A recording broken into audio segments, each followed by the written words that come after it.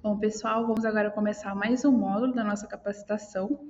Agora a gente vai tratar sobre comunicação e fontes seguras de informação. No âmbito de fontes seguras de informação, a relação nessa comunicação entre a Casa Civil e o Conselho Participativo Municipal se dá através de 4 formas. A primeira é através do e-mail da Coordenadoria de Participação Social. A segunda é o WhatsApp da Coordenadoria de Participação Social. No caso dos conselheiros titulares, nós temos grupos fechados apenas para esses titulares. E para além disso, nós temos o site.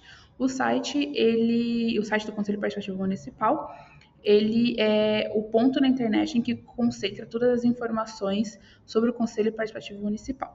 Nesse site, nós divulgamos não só notícias, mas também relações, como, por exemplo, de quais são as vagas por conselho, enfim, todas as informações que devem ser divulgadas, disseminadas, será feita através de alguma dessas fontes, certo? Fora essas 4 fontes, que são as oficiais da Casa Civil, nós, como Casa Civil, como Coordenadoria de Participação Social, não conseguimos garantir a veracidade da informação, visto que as informações verídicas que nós compartilhamos partem de algum desses 4 pontos, certo? Bom, pela primeira vez, o Conselho ele vai ter um e-mail próprio, tá bom? Esse e-mail é restrito ao secretário e ao coordenador, ele tem acesso via Outlook e ele também tem como intuito, novamente, garantir que as comunicações feitas pelos conselheiros, por cada conselho, seja partindo de alguma ponte verídica. Então, dessa forma, a gente consegue garantir uma continuidade não só da comunicação interna ou da comunicação do conselho com outras entidades, outros órgãos, ou até mesmo com a Casa Civil, com a subprefeitura, mas também garante que cada conselho não está sendo descontinuado, por exemplo, a cada troca de coordenador, certo? Então, como esse e-mail ele é oficial, né, digamos assim, ele é @prefeitura, nós aqui listamos algumas recomendações para caso vocês um dia usem esse e-mail. Inicialmente, não apagar nada que consta naquele e-mail, porque e-mail é um documento, e também é importante frisar para que o e-mail não seja usado fora das funções originais do conselho, ok? Então, isso significa que esse e-mail ele não deve ser usado para usos pessoais, ok? Ou, enfim, divulgar informações sobre outras coisas que não sejam sobre o conselho. Bom, como organização, cada e-mail do conselho vai receber sim um fluxo alto de informações, até porque, por exemplo, no site, esse e-mail ele vai constar na página de cada conselho, então é um e-mail público. Então, para isso, nós recomendamos, como forma de organização, que se use marcadores, né, dividindo por assunto, enfim, para que se tenha esse histórico e não só o e-mail ali solto, mas que exige uma catalogação disso. Então, por exemplo, e-mails sobre demanda de munícipes, e-mails que troca de e-mail com a sub para publicar ata, enfim, criar alguma sistematização ali dentro para que esses documentos, esses e-mails como documentos, eles consigam ser úteis a longo prazo, tá? E aí, no módulo passado, nós falamos sobre documentos padrões, certo? Para além desses documentos oficiais que a gente criou, nós também vamos disponibilizar, como por exemplo, o guia do conselheiro, que ele está disponível tanto no nosso site quanto ele foi entregue também nas capacitações presenciais. Enfim, nós temos o decreto diagramado, nós temos a portaria diagramada, enfim, nós temos diversos materiais já desenvolvidos para o início desse biênio, né? E que eles vão constar no e-mail fixado desse e-mail, tá? Então, cada e-mail oficial ali de cada conselho vai ter inicialmente esse e-mail fixado e como forma de organização, nós recomendamos que esse e-mail fixado, que vai ser, enfim, quando a pessoa entrar no e-mail, o primeiro e-mail, o e-mail fixado, vai ser um e-mail que nós, a coordenadoria, vamos enviar para esses e-mails oficiais do conselho.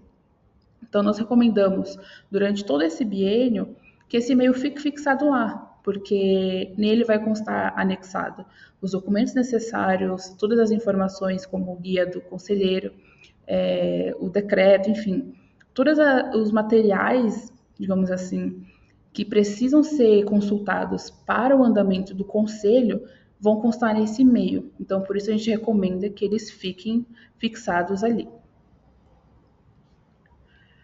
Bom, ainda naquela abordagem de fontes seguras, nós achamos importante compartilhar com vocês, nessa capacitação, qual que é a identidade visual do Conselho. Essa identidade visual, ela foi desenvolvida e aprovada através de uma consulta pública via plataforma do Participe Mais, no ano passado, em 2024, e aqui nós temos, como vocês podem ver aqui na tela, nós temos o logotipo e a única variação que esse logotipo recebe, que é com o nome da subprefeitura embaixo. Então, como que é a aplicação desse logotipo? Por exemplo, não é possível que seja modificado o nome da subprefeitura com outra fonte. Então, naquele e-mail que eu acabei de falar, por exemplo, que vai ter aquela pastinha no e-mail fixado, também a gente vai disponibilizar os logotipos para que os conselheiros consigam fazer, enfim, artes para as redes sociais, enfim. A gente também vai disponibilizar essa comunicação, essa identidade visual do conselho. Então, é uma coisa que está dentro do escopo do que um conselheiro pode, enfim, receber através dessa nossa capacitação. Então, no âmbito do logotipo, nós recomendamos não modificar ou inserir novos escritos dentro desse logotipo. Por quê? Aqui do lado direito, nós temos como que é o logotipo da cidade de Tiradentes, por exemplo. Do outro lado, a gente consegue ver a discrepância, a diferença desse logotipo. Logo, uma forma de a gente garantir que a comunicação está partindo de uma fonte segura, partindo do pressuposto que quem está fazendo ali a comunicação oficial, digamos assim, que é uma fonte segura, tem essas diretrizes aqui, certo? Então, ao avistar o logotipo, por exemplo, aqui, com esse direito da cidade de Tiradentes, com outra fonte, a gente já entende que não é uma fonte oficial, certo? Não é ali verídica, não necessariamente que a pessoa está espalhando fake news usando o logo do conselho, não é isso. Mas também pode ser, como também pode ser que não seja ali algum conselheiro, algum representante oficial, enfim, verificado, que está ali usando a comunicação visual do conselho, certo? Agora, usando o direcionamento do logotipo. O logotipo, ele sempre fica na horizontal, ele não pode ser outras orientações, enfim, colocar de cabeça para baixo. Isso também configura como um desvio de uso desse logotipo. Nós também recomendamos que o logotipo seja utilizado nas cores originais dele. Então, não é possível incluir ou modificar as cores do logotipo, ok? Bom, então ainda nesse âmbito de comunicação visual, identidade visual do conselho, como vocês podem estar vendo nessa capacitação, a própria apresentação já segue a identidade visual do conselho. Isso é uma forma de, enfim, repassar aos munícipes, aos conselheiros, enfim, todo mundo que está dentro dessa, que está sendo comunicado, né, que está recebendo essas informações, está sendo impactado sobre o Conselho Participativo Municipal, que essa é a cara do Conselho. Então, aqui nós temos, novamente, uma paleta de cores que foi aprovada e votada por consulta pública, assim como também a tipografia.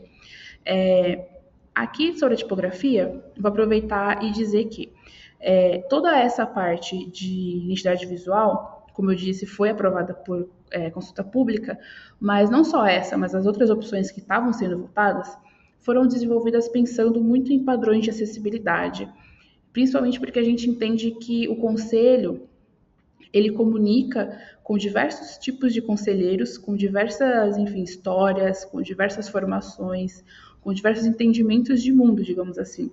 Assim como os munícipes de São Paulo também são diversos. Então, nós buscamos criar, e aqui vocês podem estar vendo também isso de padronizar, uma forma que, de certa forma, seja neutra, que consiga passar o que o conselho quer passar na sua comunicação visual, mas que principalmente seja acessível. Porque, por exemplo, essas fontes que a gente usa, essa tipografia, esse conjunto dessas duas fontes, a Oswald e a Arial Nova, ela consegue performar perfeitamente em todos os dispositivos, a gente testou. Consegue ter uma leitura se você tem um grau alto de miopia, se você está vendo pelo celular, se está imprimindo, enfim. Tudo isso existe um propósito, existe uma conceituação e um motivo. Então, por isso que nós frisamos muito a importância de manter de uma forma fiel essa identidade visual e, novamente, é muito importante seguir e se atentar a quais fontes de informação você está recebendo sobre o Conselho Participativo Municipal. E frisando novamente, lembrem-se quais são os pontos de comunicação oficial do Conselho, certo? Partindo aqui da Casa Civil. Alguma outra coisa que eu acho importante mencionar é o fato de que quando essas comunicações são realizadas, elas são pensadas, de novo, nesse público diverso que o Conselho possui. Então, nós recomendamos muito que todos os materiais sejam estudados, sejam lidos com atenção. A gente brinca que todo negrito ali tem ali para chamar a atenção por um motivo, cada emoji, enfim, tudo isso é muito pensado pela equipe da Coordenadoria de Participação Social, pensando em como que não só os conselheiros, mas também os munícipes consigam, enfim, interpretar, absorver aquela informação e, enfim, conseguir atuar dentro do conselho participativo, ok?